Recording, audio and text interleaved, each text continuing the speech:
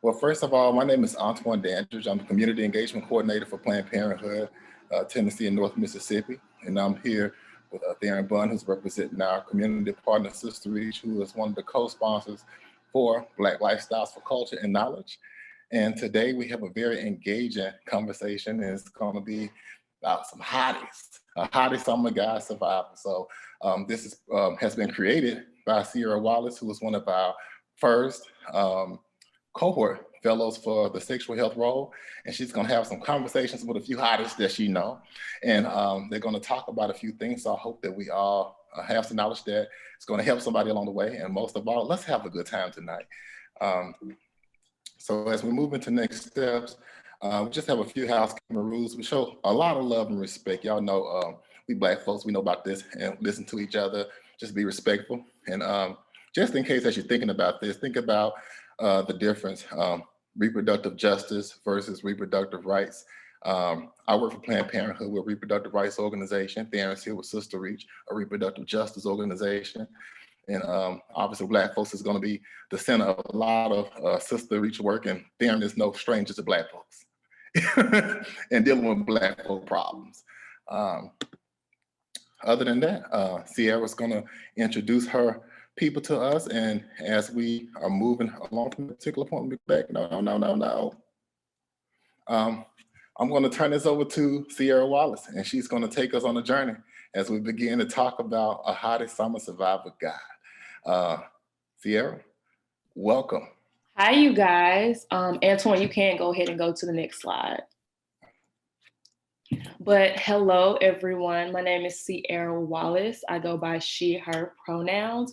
As Antoine was saying, I'm the Sexual Health and Lifestyle Fellow for Black, which is a subsidiary of Planned Parenthood.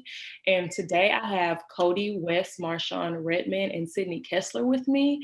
Cody West is a native of Memphis, and he has worked in sexual health. That sexual health experience comes from the men's sexual health department at Out Memphis. He also wanted to make sure that I gave everyone, let everyone know that he wanted to give a big shout out to the Out Memphis staff due to the role that they play in imparting wisdom upon him throughout the years. He's also currently pursuing an associate's degree in nursing, as well as working towards a certification for IT operational roles and technical support. Cody goes by he, his pronouns. So everybody, if you want to give a silent applause for Cody.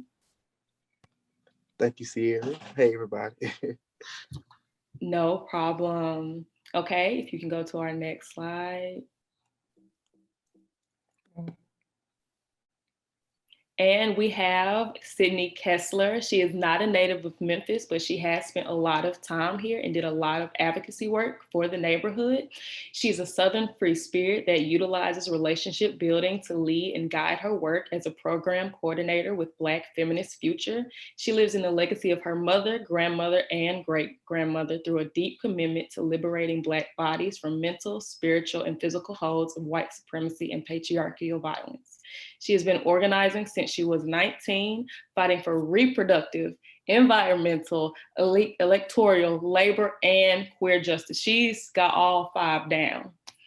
As a Black feminist, she is excited to usher her folks into their political home. If everybody could give a silent welcome to Sydney.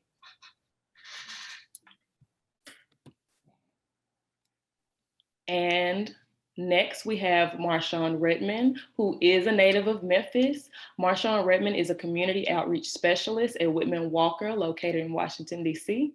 He is a Memphis native, currently pursuing his Bachelor of Science at the University of Memphis with a minor in social work. With over 5 years of experience working in public health and community engagement, his passion is to continue the fight of HIV, social detriments of health, alleviating stigma, and mentally supporting his LGBTQ peers, though he's miles away. Marvin goes by he, she pronouns, and I didn't say Sydney's pronouns. She goes by she, her as well. But if everyone can give a silent welcome to Marvin as well, and if each one of them wants to take a moment and just say hello to you all, they can.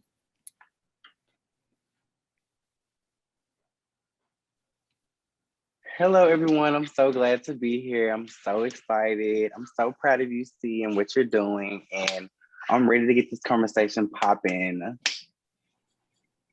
Same. I'm super excited to be here. So proud of you, Sierra. So excited for this program and how robust it's gonna be. Okay, wonderful. Thank you all. I know you already said hello to them, Cody, but now we're going to get into our conversation. And if you aren't aware, the topic of this conversation is a hottie's guide to summer, the do's, the don'ts, and the how-tos. And I don't know if you're aware, but everyone on this call is a hottie. I mean, I don't know how you look at yourself in the mirror every day, but when I look at myself, I see a hottie. I might not have Megan Thee Stallion knees, but I think I'm a hottie. But with being a hottie, what we want to do is we want to make sure that we understand what being a hottie entails. So, exactly, hottie quality. Let's go to the hottie mantra. The hottie mantra consists of 3 parts.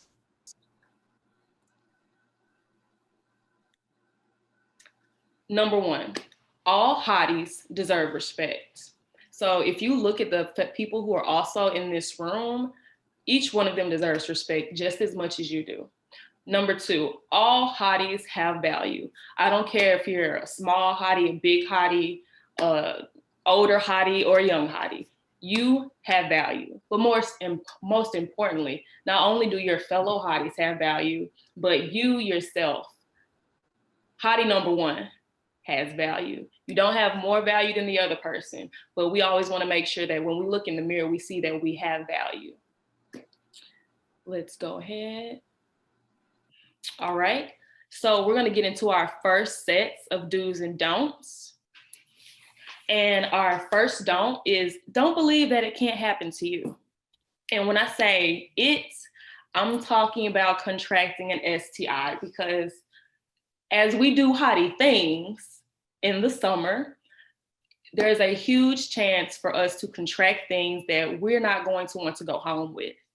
And those things happen every day of the year. Every new case, or rather every new year, there are 19 million cases of STIs in the country. And half of those cases are from 15 to 24-year-olds. Can you imagine how many 15 to 24-year-olds do you know? Most of the people that I hang out with on the regular are 15 to 14, 24 years old. I mean, I'm not hanging out with many 15-year-olds, but I know a good 24 to 22 people in that age range, rather. And I know that I know what my status is, but do they know what their status is? Black Americans also lead in the numbers of all reported STI rates. And there are 19,500 into incorporated cities in the United States. And as of 2020, Memphis placed 21 for STI rates. So with that being said, how many people do you think you are interacting with on the daily that have STIs? Not only that, how many people are you going into the hottie field with that have STIs? So what we want to do is we don't want to stigmatize anyone. We just want to make sure that we're being protected when we're out being the best version of ourselves and having hottie fun. So how to find the best testing site for you. And Antoine, I don't know, can you go to that link? Hold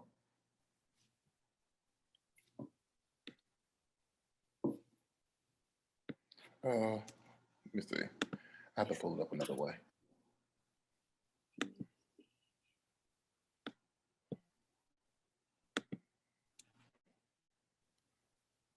See what you want to keep, and I can come back to that link later. Yes, most definitely. So the link that's attached to the slide is actually a link to Planned Parenthood.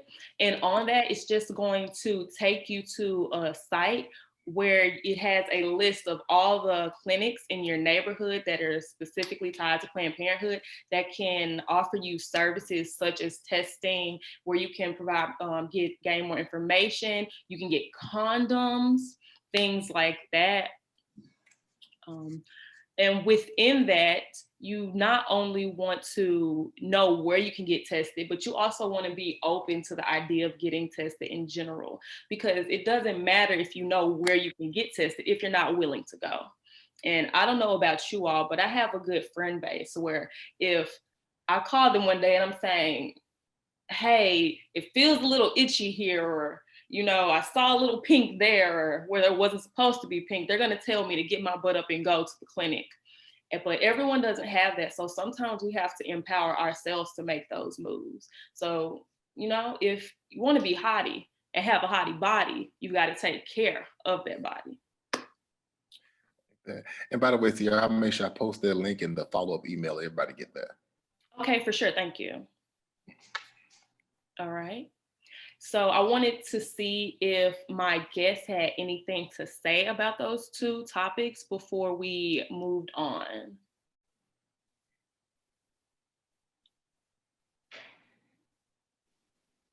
I think it's great that you brought up the stigma around being tested. Just because in the Black community, as you know, we all kind of look at it as like a, why are you going to do this thing? And I also think at this point that we watch our verbiage when we do talk about getting tested, just because, you know, using words like clean and dirty is stigmatizing people who do have STIs and HIV, and we definitely don't want to do that because there's enough stigma going around now. So I think that was a great point that you brought up. Yeah, and in addition to that, I think it's also great that it's also very important to have those kind of support systems that you mentioned, where you feel comfortable explaining like, hey, this is what I'm going through, you know, what should I do next? Because most times I think we try to deal with problems on our own and we end up going to Google, you know, we're trying to research things and it may not be the best resource. So it's always good to have friends in your friends base be like, maybe you could get checked out because Google won't tell you. They'll just say you got this. You know what I'm saying? Google's definitely going to tell you that you're going to wake up with a third eye on your forehead. Right, and WebMD. Let's stay away from that too.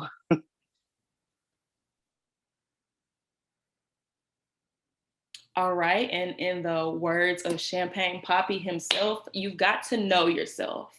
And right now we're talking about knowing ourselves inside out. So you just want to know your status so that you can prevent anything happening to you. All right, and just going into our second set of do's and don'ts, you do want to be aware of how to protect yourself. And so you've gone and gotten tested, and now you know your status, but what do you do to prevent yourself from catching new STIs? Well, use a condom, because since you're in this chat, I'm going to assume that you are sexually active.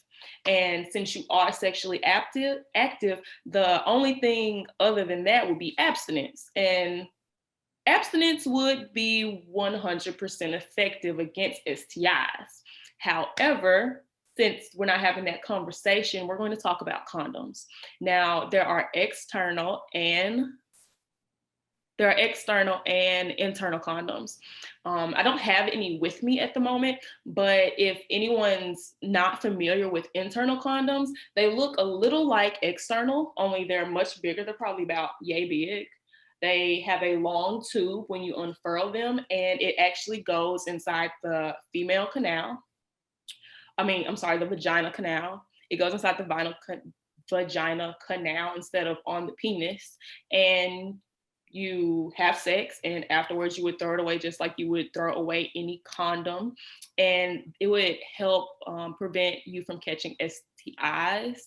You also wouldn't want to think that simple contraceptives would be keeping you from catching STIs, because those are only preventing things like pregnancy. So the pill, vasectomies, IUDs, those are not going to help you combat STIs. Those are simply going to combat not catching pregnancy, but possibly becoming pregnant.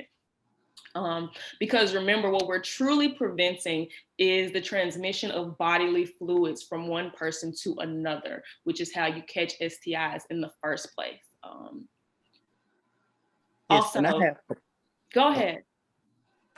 I had something to add about, how we understand protection and how we perceive it. I think it's also important for us to expand our perception of that, and also including how we communicate with each other, how we see communication as a form of protection. Kind of how, like what Mashar was saying, like the breaking down that stigma of getting tested, like having those conversations, like have you been tested recently, or having conversations like or even knowing the resource where you can be tested and get those resources to help you afterwards, like expanding our concept and how we think of protection is also really important. Yeah, and I don't know if this was like mentioned. I was trying to go see if I had a female condom and I didn't, but I was gonna show y'all if I had one. But I think like it's important too to just talk about like we all don't have sex the same way. And so like there's so many different options that we can protect each other. I know like dental dam, right? Like what does it mean to be in different type of relationships? And then just to name like when I think because we're talking about like how to protect yourself, right? I want to make sure. So I think it's also important to think about like I want to still have fun in this. So like, what does it mean to also think about preparing yourself when if you know you're going to wear a condom, to purchase lube and to purchase those different like items to help you have fun and be protected, like to both coexist in that space and to coexist in exploration, because sexuality is a form of exploring someone, exploring bodies. It is a place of really of exploration and of fun and of joy. So how do I make sure that I center pleasure in a way that centers also what I need to move through this world protected and safe?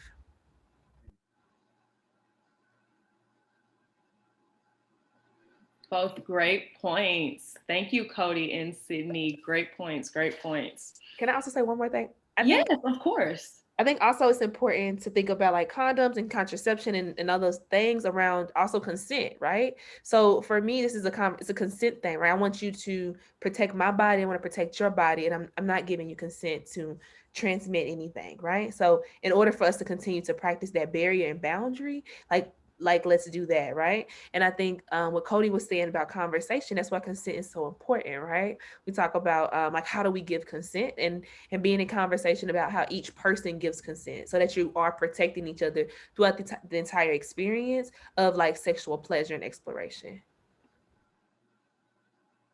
Consent is definitely a huge part of the conversation. I was going to get more into that when I talked about talking with your partners, but you're right to include it in this part of the conversation, because if we're dealing with sex and anything of a sexual nature, we definitely want to make sure that consent is involved, and we want to be verbal, and we also want to make sure that it is understood between you, your partner, or rather partners, or whoever is involved in the situation. Thank you, Sydney.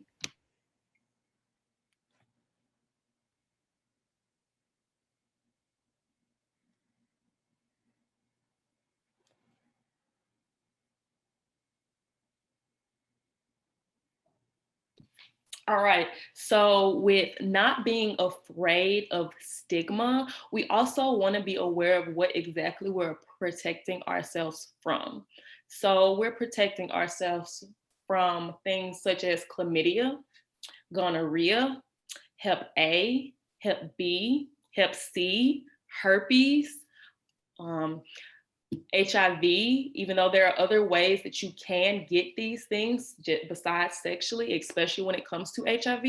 And there are many more ways there are many more ways that we're concentrating on preventing something. I'm so sorry. Okay. The conversations that we're having within this space should be something that follows you outside of this Zoom call.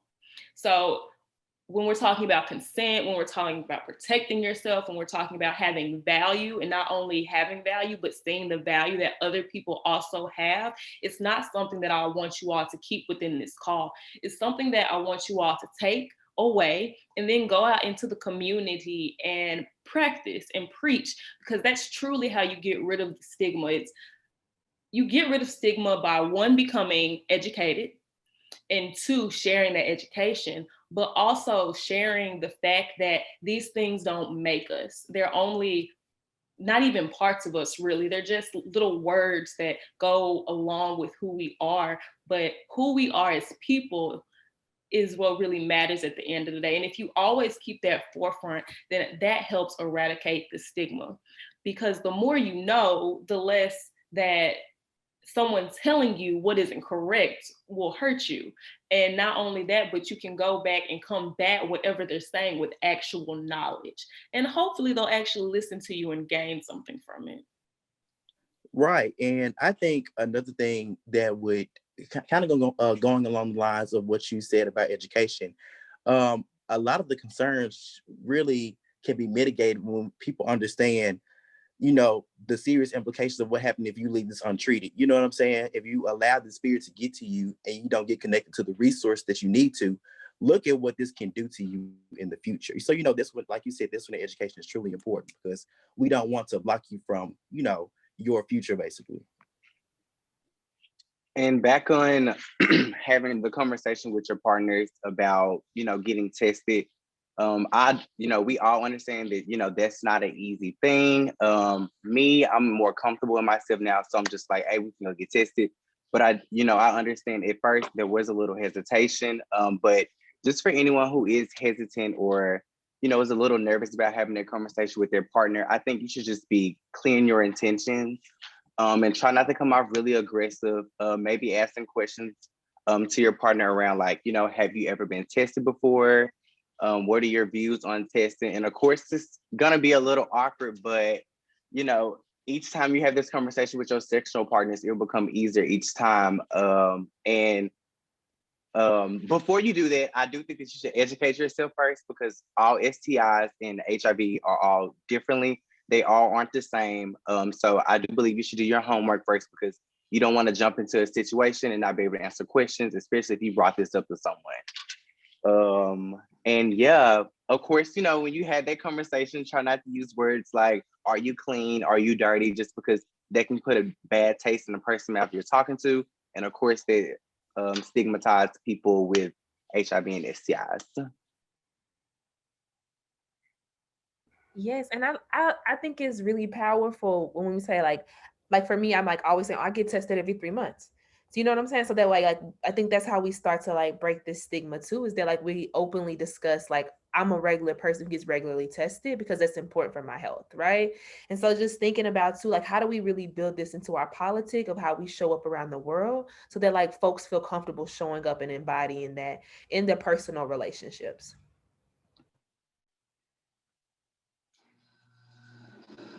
Most definitely. You guys are on it. We were actually just about to hop into talking to your partner and advocating for them getting tested, Marshawn. So you hit everything right on the nose. So to segue into that, there are a lot of uncomfortable things in the world, and advocating for your partner to be tested can be uncomfortable, but it does not have to be. As Marshawn was saying, he's someone who is very comfortable talking to his partner. It may not have always been the case about that. I remember when I first started my own sexual journey, getting tested, like I wasn't even really aware people really did that outside of shows, you know. But as I've become older and more knowledgeable about these types of things, it's something I can very easily talk about. I think my last sexual partner, I just sat them down and was like, so you're getting tested. Personally, I'm sorry. I'm very blunt about these types of things. So I rather told them than asked, but you should most definitely ask because you can not control other people's actions. And you also want to make sure that you're setting up a positive and well-informing environment that they can be comfortable in and give you honest answers. So you don't want to rush them into anything like that. You could approach it a lot of different ways. You could perhaps suggest that you all get tested on the same day so that you all could share your results, and it could seem something like that you're doing, you know, in a shared manner, even if you're not getting tested by the same doctor. You know, if you get tested on a Wednesday and you're getting your results in 2 weeks, you know, you could all have an unboxing, almost like a gender reveal, like people do nowadays, if that's the route you wanted to go. Or you could address it like homework. Say, hey, this is something I think we should do, you know, and we'll get back together when we get those results. Or, you know, you're doing it Wednesday. Okay, I'll do it with Thursday and we'll see how it works out for one another. it doesn't have to be difficult, but I also understand that people have different situations and everyone's situation is not the same. Everyone's also not as comfortable with their sexual partners that they might want to be. Oh,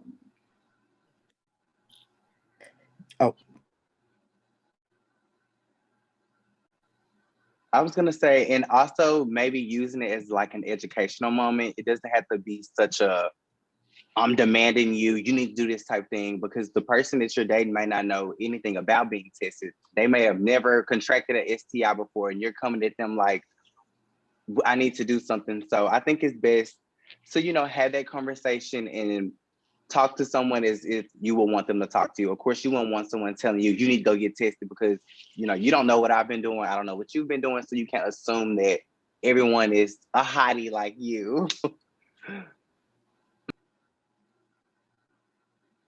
Most definitely, Marshawn. I completely agree. And with that, you also want to be aware that once you are getting tested and you and your partner are both getting tested, you're also going to have to deal with those results that come back. Just because you think that you don't have anything doesn't mean that you don't. A lot of STIs have asymptomatic, or rather a lot of people can have asymptomatic symptoms when they have STIs, or you can have symptoms that you think are because of this, but they're really because of that rather. And so you're not prepared with the reality of getting, something back that says that you do have a STI, even if you are the one who went in with wanting to be tested and your partner didn't, or vice versa. So as Marshawn was saying, you do definitely want to go in and be empathetic, but also be empathetic, be human, but also be ready to have the conversation that comes after getting tested, whether you end up having something or not. Yeah, I think that's why it's really, really important to have a plan. So like, do I have a friend that's gonna go with me, right? Because that's like I'm really kind of not comfortable with the ways in which I'm tested, right? Do I have a place that I can go that I can afford? Like, what barriers are preventing me from getting tested? Do they test for everything? A lot of places may not test for herpes, right? Herpes is skin to skin contact. So like, thinking about I think when Marshawn lifted up earlier about doing research and just making a plan, right? And building the support system, like Sierra said, that you need, so that no matter what happens, because even the wait, like I hate the wait, like the wait is worse than finding out either way, right? It's the wait, it's the anticipation. So I'm going to be busy for these next 4 days, y'all. I have something to do every hour because I can't think about it. And so just those are some things that I always try to think about, like, what's my plan? yes. And I think another thing, I feel like talking to your sex partners, there's always layers to that, because kind of like what Sydney mentioned, like people are having sex differently. So there are certain moments where, we might not be able to go get tested because I just met you and, we ready to have sex now. You know what I'm saying? But it's also, and I was going to mention like exactly what Sydney said, always having that plan of the risk you're taking because of these actions. And also, I think something that's important to mention when we talking about having conversations with our partners also ties into our discussion on stigma, how understanding the stigma. Some people may be afraid that if I ask this of my partner, maybe they want to do this with me, or this makes me, less desirable because I want to have this conversation. And I think, that's when it's really important to, I guess, going back to the line you said, the Drake line you included, like knowing yourself and knowing, and realizing that if this person wants to have sex with you, they're gonna do what you want to do. They're gonna make you comfortable and ready to put you in the space where, like, okay, I am comfortable having sex with this person. So also considering like the, I guess the emotional and the mental undertones that come with stigma also come with conversation. I guess what I'm trying to say.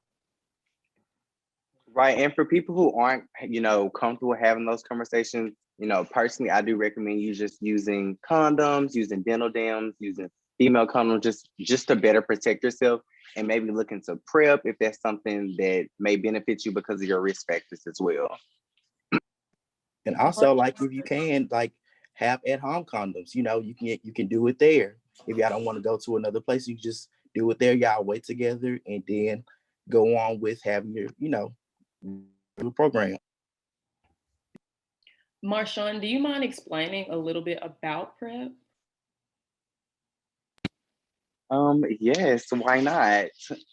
So PrEP is an acronym. PrEP stands for pre-exposure prophylaxis, and it's a preventative pill you take to prevent you from contracting HIV. We kind of like sometimes compare it to like the birth control for HIV, although males and females can take PrEP, and it's a daily pill you take. And like I said, it prevents you from contracting HIV. And it's something that we definitely recommend to anyone who's having sex. HIV, just isn't like a gay disease, how people looked at it back in the day. Anyone can contract it. And PrEP, honestly, PrEP is just something that, you have your own back at the end of the day. It gives you that benefit of doubt, that, you might not be using condoms like you should, but you know that you're taking your PrEP. So that's one less STI that you have to worry about contracting. And shout out to Planned Parenthood, because I'm pretty sure they can tap you guys into PrEP if you need it. So yeah. Thank you so much. Antoine, did you want to say something? No, I was going to say thank you for that shout out, Marsha. We appreciate that. And in the words of Megan Thee Stallion, the original Hottie, let's have the sex talk. Uh-oh. We can come off of PowerPoint now? We have like 2 more slides, I believe, but then after that we can. Gotcha. Okay, let me know. All right. So with our third round of do's and don'ts, we want to get a little bit away from having sex and more into sexuality and gender expression. So one way to be the best hottie in the world is to use your pronouns. And you want to use your pronouns because using your pronouns allows you to create an environment where that creates an environment that allows other people to feel safer to use their pronouns and tell you how they wish to be addressed and how they feel about themselves. If you see our names, everyone who's a guest should have their pronouns by their name. My pronouns are she and her. Marshawn's are he, she. Cody's, as we discussed earlier, are he, him, and Sydney's are she, her. And we do that just to make sure that we're creating an environment where other people feel safe to express themselves and who they choose to be and their own pronouns. Also, okay, you can pause right there. Also, I want to talk about how there are more than just she and her. There are they, them. There's also the, them, and the, and ver. And those are for people who don't necessarily subscribe to male or female gender roles, or they just feel like they subscribe to both of them. So, and those people are typically, they're typically transgender people. No, I'm sorry, they're not transgender. They're agendered. No. Would you like some support, Sierra? Yes, please. I'm confusing myself. Sure. So I think it's really I think one of the reasons that we practice using pronouns is because gender is fluid, right? And so if something is on a spectrum, folks fall from super hyper female to maybe super hyper masculine, and we don't get to make the assumption that we know where that's at. And so pronouns help us figure out on this spectrum, where do you fall, right? And I think gender non-conforming or gender queer are often the folks that we hear fall right near the middle, right? That some days I might be a little feminine for you, some days I might be a little masculine for you, but I'm never required to be either, right? Or sometimes I just don't feel like either describe my actual gender, or sometimes I'm two-spirited, right? And so because gender is so fluid, we're able to come in and out of gender just as we're able to come in and out of sexuality, which are two different things, right? Gender is how I identify and in my personhood, and sexuality is how I engage in sex, right? How I decide to engage with other people in relationships, right? And so just naming that, I think, is really important to know that there's a difference between my sexuality and my gender identity. Right, and I think it's very important that we use pronouns, especially in the LGBTQ community, just because we're all diverse, and there's no way that anyone who's a part of the LGBT community is supposed to look or act. And when you kind of like assume someone's pronouns rather than asking, you kind of like erase the diversity of all of us as a human. So I think it's always great that, you know, we ask the question of what are your preferred pronouns? And it also kind of like makes you feel like an extra hottie, like, oh, okay, I came at you like that. Because, you know, people feel more comfortable and they look at you a different way when you respect them off, you know, off top.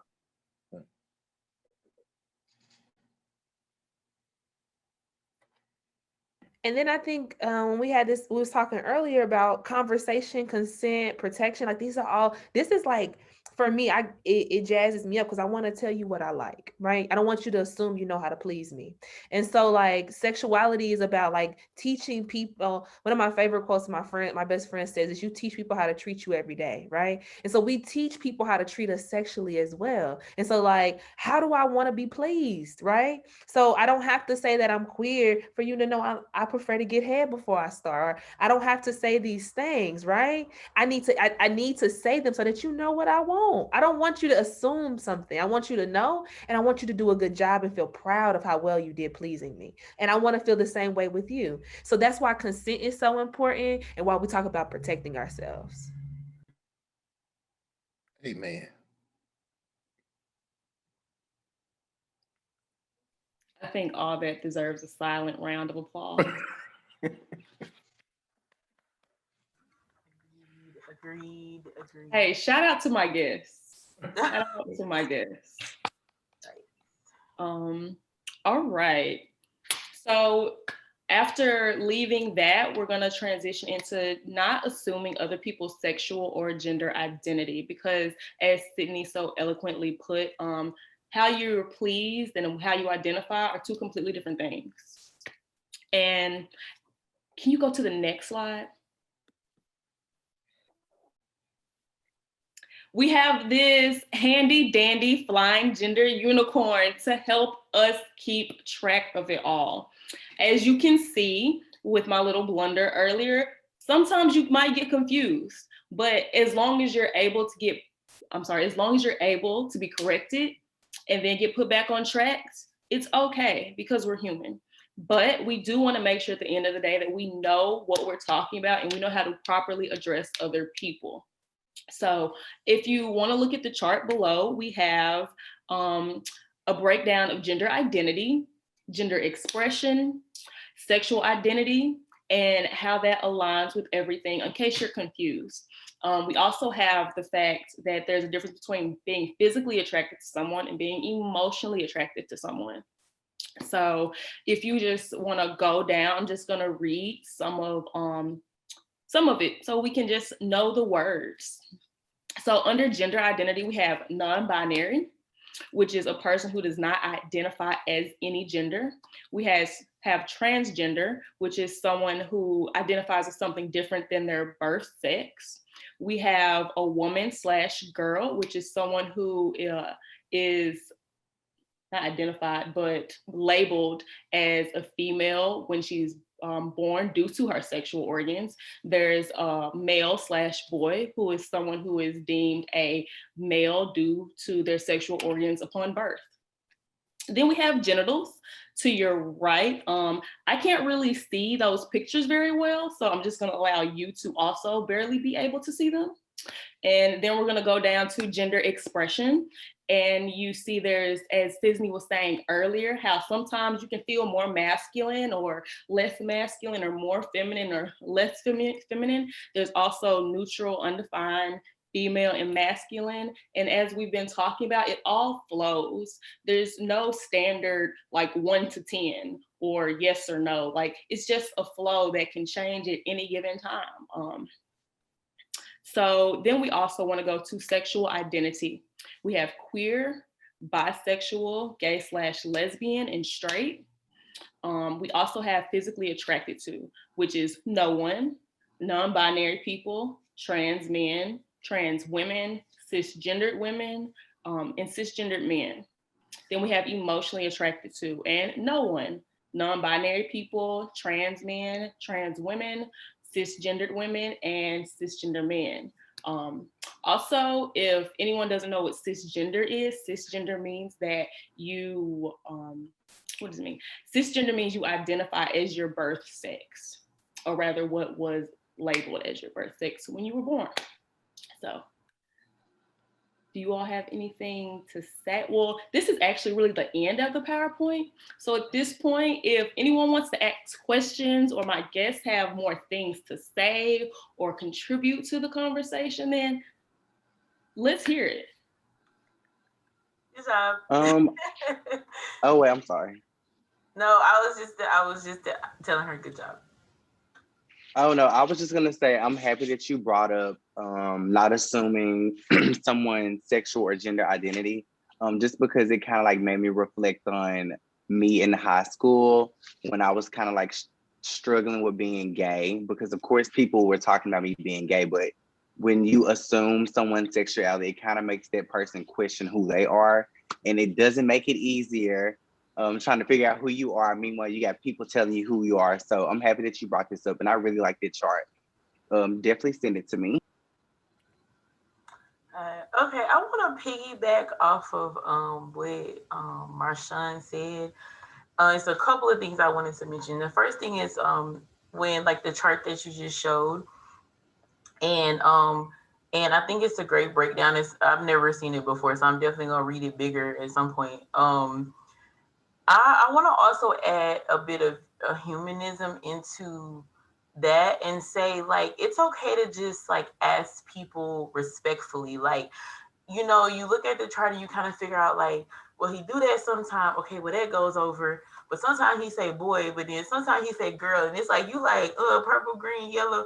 And it's like, okay to just say, like, hey, like, very respectfully, I'm just wondering if you're willing to share what how you identify or whatever, and just include that piece, because some of the labeling there, like just on a personal level, I don't like to be, I'm a natural born woman. I don't like to be called a cisgender woman.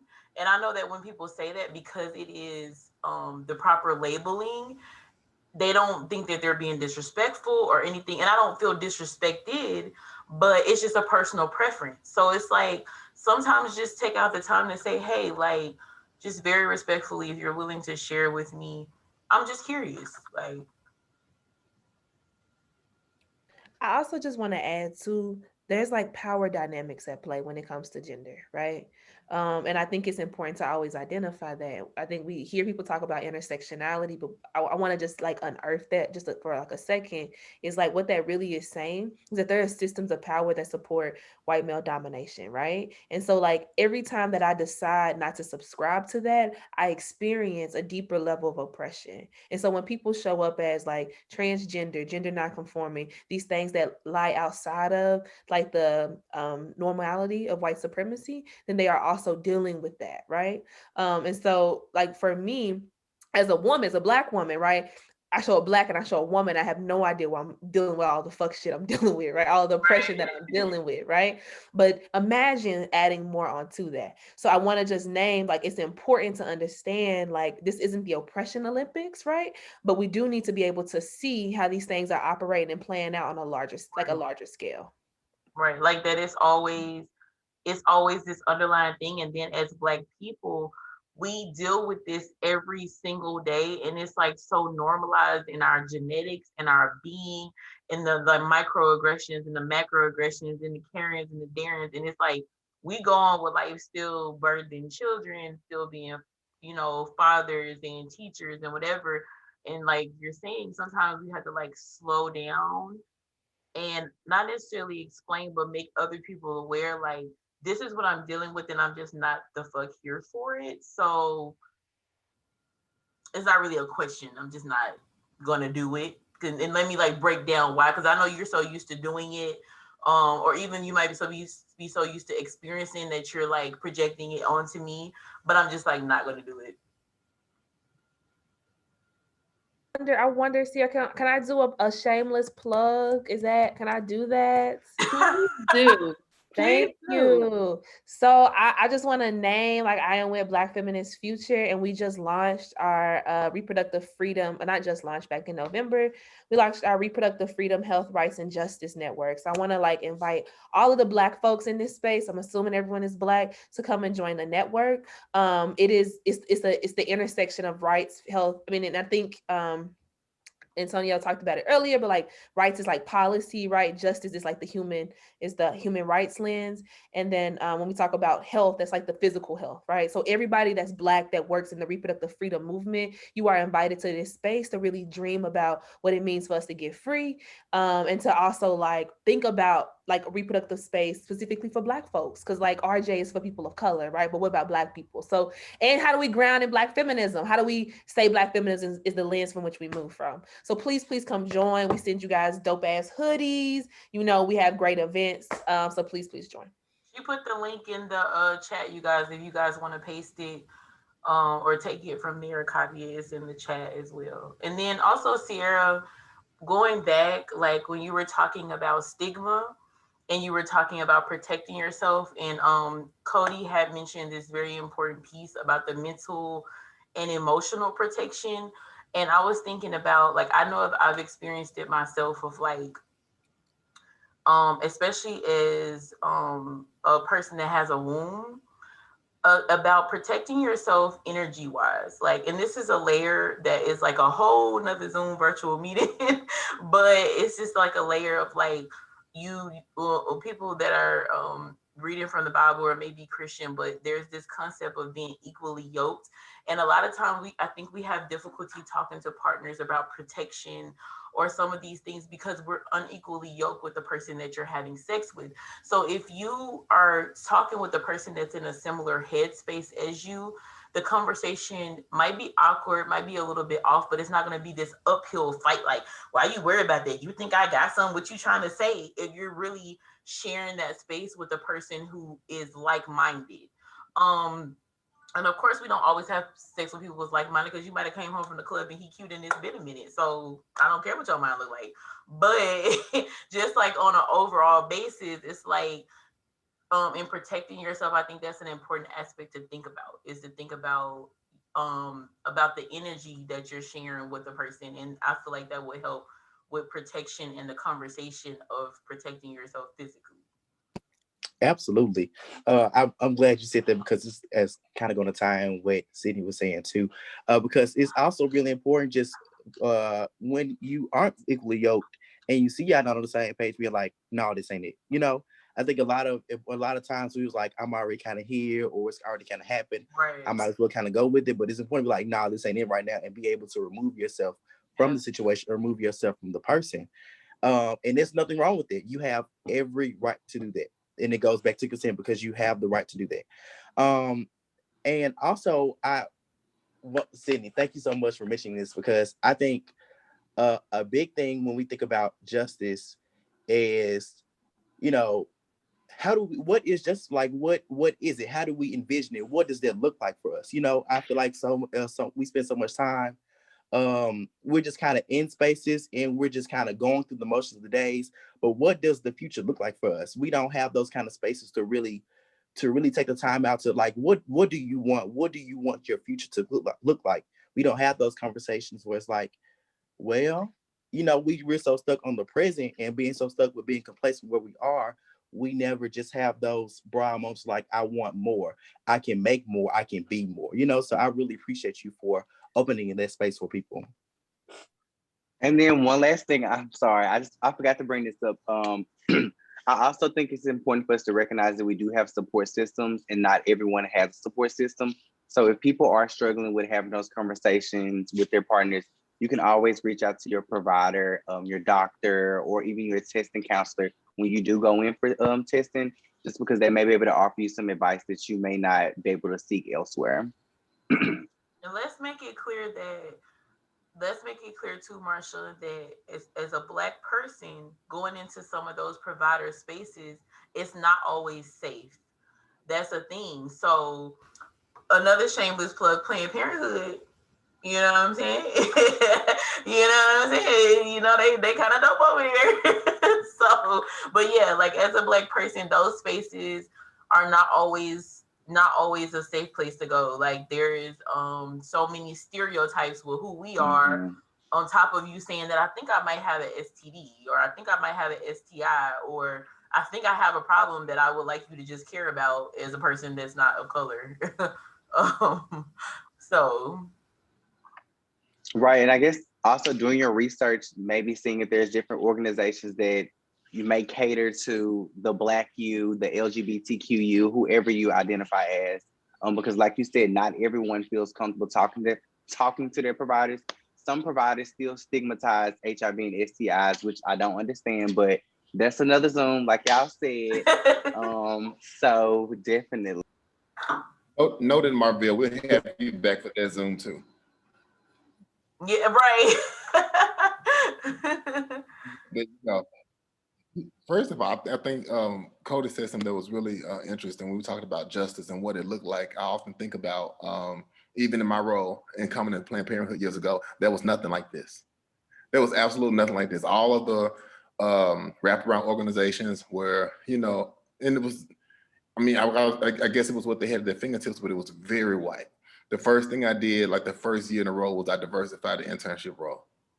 And then it started with, really understanding how to communicate to people of color who were very talented, that we had positions open that we could very well do, especially if it was going to be an opportunity to put resources into our community, and also to be able to make a connection between Planned Parenthood, but also holding Planned Parenthood accountable for how they show up in our communities. And it's not an easy job. Black lifestyle, so culture and knowledge, which is what this is, kind of was birthed out of an ideal I had years ago, going to a solidarity conference to speak to a whole bunch of people of color working for Planned Parenthood. And all I can tell you is, from the East Coast to the West Coast, we had the same issues.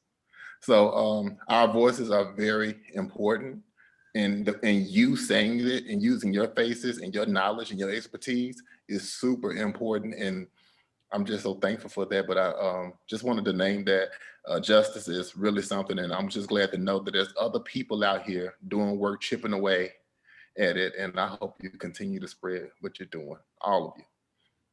All right. Sierra, I'll take it back to you, hand it back to you. Well, you guys, been an interesting topic of conversation. Yes. Can we give Sierra a round of applause, though? See? Hey. Off mute, you did amazing.